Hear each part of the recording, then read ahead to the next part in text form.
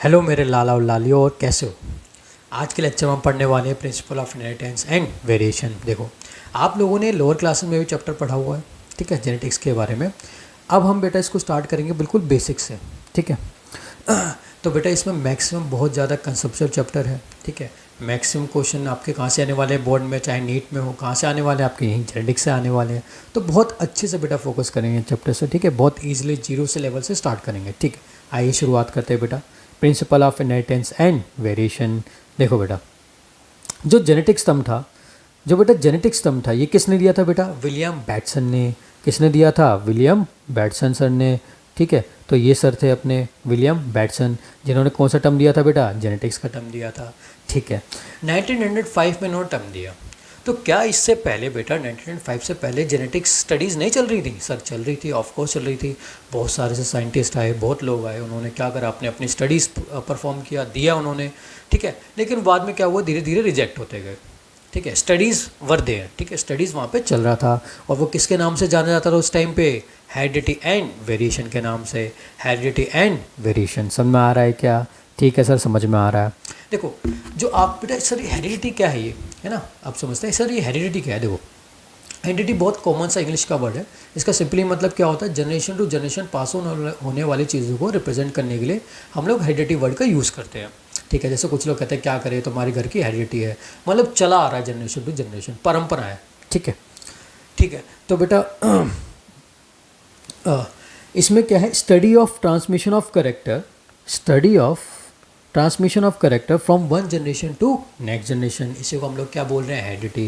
देखो, जब आप लोग देखते हो बेटा किसी घर में किसी बेबी का बर्थ होता है, तो आसपास मोहल्ले की पड़ोस की आंटी आ जाती हैं, और वो क्या करती है बेटा? जैसे क्या करती हैं, जैसे इसकी आंखें किस पे मिल रही हैं बेटा? मदर पे। नाक किस पे मिल रही है? फादर पे। सारी चीज़ें देखती रहती है ना, सारी बोलती रहती है, बताती रहती है, आपस में बातें करती रहती हैं, ठीक है। तो इसमें क्या हो रहा है?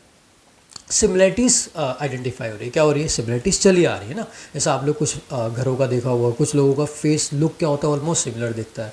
तो मतलब कुछ तो ऐसा है कि हमें मिल रहा है ना, प्रोजेनी को ऐसा कुछ तो है जो मिल रहा है एक जनरेशन दूसरे जनरेशन में, तभी बेटा क्या आ रही है? सिमिलरिटीज़ आ रही हैं, ठीक है। तो बेटा जो हेरिडिटी है वो किस पे बेस है? ग्रीक की एफोरिज्म, जिसका मतलब क्या है? लाइक बिगेट्स लाइक, मतलब जो जैसा है वो वैसे ही प्रोड्यूस करेगा। इंसान ने शुरुआत से ऑब्जर्व किया, जो ह्यूमन है वो हमेशा किसको पैदा कर रहा है? इंसान के बच्चे को। हाथी किसको बच्चा पैदा कर रहा है बेटा? हाथी के बच्चे को, है ना। ऐसा तो कभी हुआ नहीं कि बेटा गधा का बच्चा पैदा हो गया हो। ऐसा देखा कभी हाथी से गधे का बच्चा पैदा हो गया? नहीं।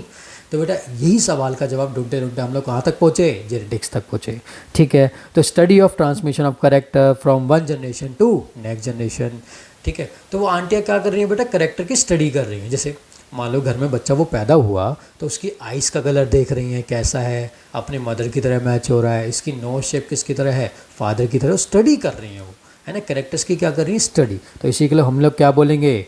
हेरिडिटी बेटा। क्या बोलेंगे? हेरिडिटी। देखो, एक वर्ड हो रहा था बेटा इनहेरिटेंस, है ना, एक वर्ड हो रहा था आपका इनहेरिटेंस। सर वो भी समझ लेते हैं कि इनहेरिटेंस क्या होता है। देखो बेटा, इनहेरिटेंस का सिंपली सी मीनिंग क्या है? जब करेक्टर्स एक जनरेशन से दूसरे जनरेशन में क्या होते हैं? पास ऑन होते हैं। एक जनरेशन से दूसरे जनरेशन में करेक्टर्स क्या होते हैं? पास ऑन होते हैं। तो इसी को क्या बोलते हैं? इनहेरिटेंस। और इनहेरिटेंस एक क्या है? प्रोसेस है। इनहेरिटेंस एक क्या है? प्रोसेस। तो यहाँ पे क्या हो रहा है? इनहेरिटेंस। सर समझ में आ गया। और जब आप इनहेरिटेंस की स्टडी करते हो तो उसी को क्या बोलते हैं? हेरिडिटी। बिल्कुल सर, अच्छे से समझ में आ गया मैं, ठीक है। जब बच्चा एनसीईआरटी पढ़ता तो एक जगह कंफ्यूज हो जाता कि क्या लिखा हुआ वहाँ पे एनसीईआरटी में? फर्स्ट पैराग्राफ में स्टार्टिंग में लिखा हुआ है, inheritance is the basis of heredity. Inheritance is the basis of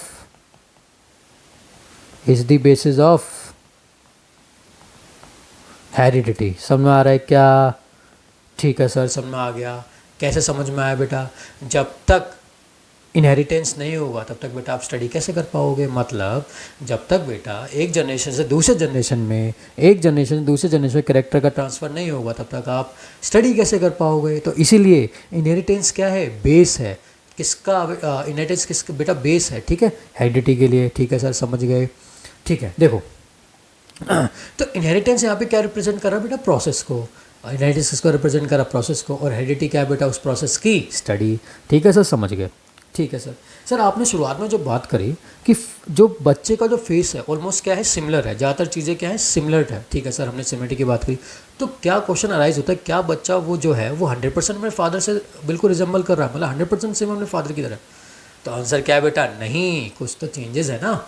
आप जैसे केमिस्ट्री में पढ़ते हो, क्या पढ़ते हो, जब एनर्जी एक रूप से दूसरे रूप में बदलती है तो कुछ क्या होता है, लॉस होता है। वैसे ही जब इन्फॉर्मेशन एक जनरेशन से दूसरे जनरेशन में क्या होती है, पास ऑन होती है। जब इन्फॉर्मेशन एक जनरेशन से दूसरे जनरेशन में पास ऑन होती है तो कुछ लॉस नहीं, चेंज होता है, ठीक है। तो उसी को क्या बोलते हैं हम लोग, वेरिएशन के नाम से। उसी को किस नाम से जानते हैं, वेरिएशन। तो हम बेटा जेनेटिक्स में दोनों चीज़ें लेते हैं, एक तो ये सिमिलैरिटीज़ क्यों आ रही हैं, ये सेम चीज़ें क्यों आ रही हैं, मतलब जनरेशन ड्यूरेशन में सिमिलैरिटीज़ क्यों आ रही है, और दूसरा चीज़ बेटा पढ़ते हैं कि ये वेरिएशन क्यों आ रहे हैं, differences that exist among the member of species, मतलब जो चेंजेस हैं ना। तो हम लोग इन दोनों के बारे में चर्चा करेंगे बेटा, ठीक है सर, समझ में आ गया हमें। सर जो आपने आगे लिखा बेटा ये करेक्टर, सर क्या लिखा आपने यहाँ पे, करेक्टर लिखा हुआ है। सर ये कौन से करेक्टर हैं, सर ये कौन से करेक्टर हैं बेटा, ये है आपके जेनेटिकल करेक्टर्स। ये क्या है आपके जेनेटिकल करेक्टर है बेटा। सर जेनेटिकल करेक्टर से मतलब क्या हुआ, जो करेक्टर किससे बनते हैं, जीन से, वही सब क्या होंगे, जेनेटिकल करेक्टर्स। तो सर ये जेनेटिकल करेक्टर डेवलप कैसे होते हैं ऑर्गेनिज्म में, ठीक है, आओ समझते हैं बेटा कि ये जेनेटिकल करेक्टर डेवलप कैसे होते हैं। तो develop a genetical character in any organism, तो देखो सबसे तो पहला बेटा उसका जीन प्रेजेंट होना चाहिए। अगर करेक्टर को डेवलप करना सबसे पहले रिक्वायरमेंट आपकी जीन होना प्रेजेंट होना चाहिए। और जीन हमें से कहाँ से मिल रहा है बेटा, पेरेंट्स से, थ्रू द सेक्सुअल रिप्रोडक्शन। वो गैमीट्स जो आ रहे हैं, फादर का बेटा जो जीन होगा वो कहाँ पर होगा, स्पर्म के अंदर, वो जीन्स वहाँ पे प्रेजेंट होंगे। और मदर का बेटा कहाँ पे होगा, एग में। वो दोनों फर्टिलाइज से जाइगोट में। और बेटा कहाँ जीन हमारे पास कैसे आ रहे हैं, गैमीट के थ्रू आ रहे हैं, ठीक है सर, समझ गए, मतलब जीन तो हमारे पास है, सारे सिटीज़ आ रहे हैं। दूसरा है बेटा, क्या सर अगर जीन आ गया तो इसकी 100% गारंटी की करेक्टर डेवलप हो जाएगा, नहीं बेटा। दूसरी रिक्वायरमेंट क्या है, अगर जीन आया है तो क्या करना चाहिए, काम करना चाहिए। तो सेकंड है बेटा, it should express in organism, ठीक है सर, समझ में आ गया। मतलब वो जीन आया है तो काम करना चाहिए, एक्सप्रेशन करना चाहिए। तो सर एक्सप्रेशन से मतलब क्या है, देखो बेटा एक्सप्रेशन का मतलब ज़रा सीखो। जैसे अपने पास ये है जीन, ठीक है, ये है जीन, इसने क्या बनाया बेटा, ये जीन से इन्फॉर्मेशन कहाँ ट्रांसफ़र हो रही है बेटा, अब कहाँ बेटा, आरएनए में। और आरएनए से ये इन्फॉर्मेशन कहाँ पे ट्रांसफ़र होती है बेटा, प्रोटीन को। कहाँ ट्रांसफ़र होती है बेटा, प्रोटीन को। तो यही बेटा क्या है, एक एक्सप्रेशन है ना। जीन काम कैसे कर रहा है, जीन से इन्फॉर्मेशन बेटा ट्रांसफ़र हुई आरएनए को, और आरएनए से बेटा ट्रांसफ़र हुई प्रोटीन को, और प्रोटीन ने बेटा कुछ एंजाइमेटिक कुछ रिएक्शंस करे और उससे क्या बना, करेक्टर। और उसी से किसका डेवलपमेंट हुआ बेटा, करेक्टर का। समझ में आ गया अच्छे से, ठीक है सर, समझ में आ गया हमें, ये चीज़ समझ में आ गया कि मतलब जीन काम कैसे कर रहा है। सेकंड, जीन कहता है कि हम अगर आपको मेरे से करेक्टर बनवाना है, अगर मैं काम करूँ अच्छे से, मुझे क्या दो, बेटर एनवायरनमेंट, मुझे क्या दो, बेटर एनवायरनमेंट। ये क्या बात हुई, देखो अब ध्यान समझना। जेनेटिक्स में एनवायरनमेंट दो तरह का होता है, एक होता है एक्सटर्नल एनवायरनमेंट, एक होता है इंटरनल एनवायरनमेंट, ठीक है। एक्सटर्नल मतलब बोले तो बेटा एक्सटर्नल कंडीशन जो आप लोग इकोलॉजी में पढ़ते हो, ठीक है। और इंटरनल मतलब जो फिजियोलॉजिकल रिएक्शंस वगैरह जो चल रही है ऑर्गेनिज्म में, ठीक है। चल एग्जाम्पल लेके समझते हैं बेटा, देखो एक बहुत अच्छे से एग्जाम्पल लेते हैं। जैसे बेटा दो इंडिविजुअल हैं, एक है अपने पास राम और दूसरा है बेटा श्याम। इन दोनों के पास बेटा एक जेनेटिकल करेक्टर होता है अपने पास, height is a genetical character. तो दोनों बेटा ट्विंस है, ये भी सोचना, ये दोनों क्या है, ट्विंस है। तो इनके पास बेटा जीन क्या होंगे हाइट का, 100% सेम। तो इनमें हाइट के पास जीन क्या है बेटा, सेम। इनमें क्या है, जीन सेम, ठीक है सर, समझ में आ गया। तो हाइट का जीन क्या बोलेगा, मेरी क्या रिक्वायरमेंट है, मुझे आप बढ़िया से प्रॉपर खाना पीना दो, डाइट बढ़िया रखो, न्यूट्रिशन प्रोवाइड अच्छा करो, तो मैं आपकी बढ़िया से ग्रोथ करूँगा, ठीक है सर। तो हमने राम को बहुत अच्छे से खाया पिलाया, छोले भटूरे पूरी सब्जी सब खिला डाला भैया, प्रोटीन फैट्स विटामिन सब कुछ दे डाला। और रही बात शाम के, बेचारों को कभी कभार खिलाया कभी नहीं खिलाया, है ना। शाम के साथ बेटा सौतेला व्यवहार कर रहे हैं हम लोग, और राम के साथ बेटा कैसा कर रहे हैं, सब कुछ खिला रहे हैं, है ना, सब कुछ बढ़िया से खिला पिला रहे हैं। तो आप बेटा यहाँ पे बताओ जीन सबसे बढ़िया कहाँ पे काम करेगा, उसे क्या चाहिए था, न्यूट्रिशन। और न्यूट्रिशन कहाँ दिख रहा है बेटा, राम को मिल रहा है सबसे बढ़िया प्रॉपर न्यूट्रिशन जो मिल रहा है। तो ग्रोथ सबसे बढ़िया कहाँ देखने को मिलेगा, बताओ ग्रोथ कहाँ देखने को सबसे अच्छा मिलेगा बेटा, सबसे अच्छा ग्रोथ देखने को मिलेगा राम के पास, और ग्रोथ श्याम के पास भी होगी लेकिन इतने अच्छी नहीं होगी। समझ में आ रहा है? तो यहीं से आपको क्या दिख जाना चाहिए, वेरिएशन का सोर्स। वेरिएशन का सोर्स, जीन सेम होते हुए भी दोनों के अंदर क्या आ रहा है, वेरिएशन। दोनों ट्विंस है, मोनोजाइगोटिक ट्विंस, फिर भी क्या दिख रहा है आपको, वेरिएशन। समझ में आ रहा है? हाइट का क्या आ रहा है, डिफरेंस। तो वेरिएशन से समझ में आ गया कि सर जीन काम तभी अच्छा से करेगा जब आप उसको बेटर एनवायरनमेंट दोगे। सर एक्सटर्नल एनवायरनमेंट समझ में आ गया।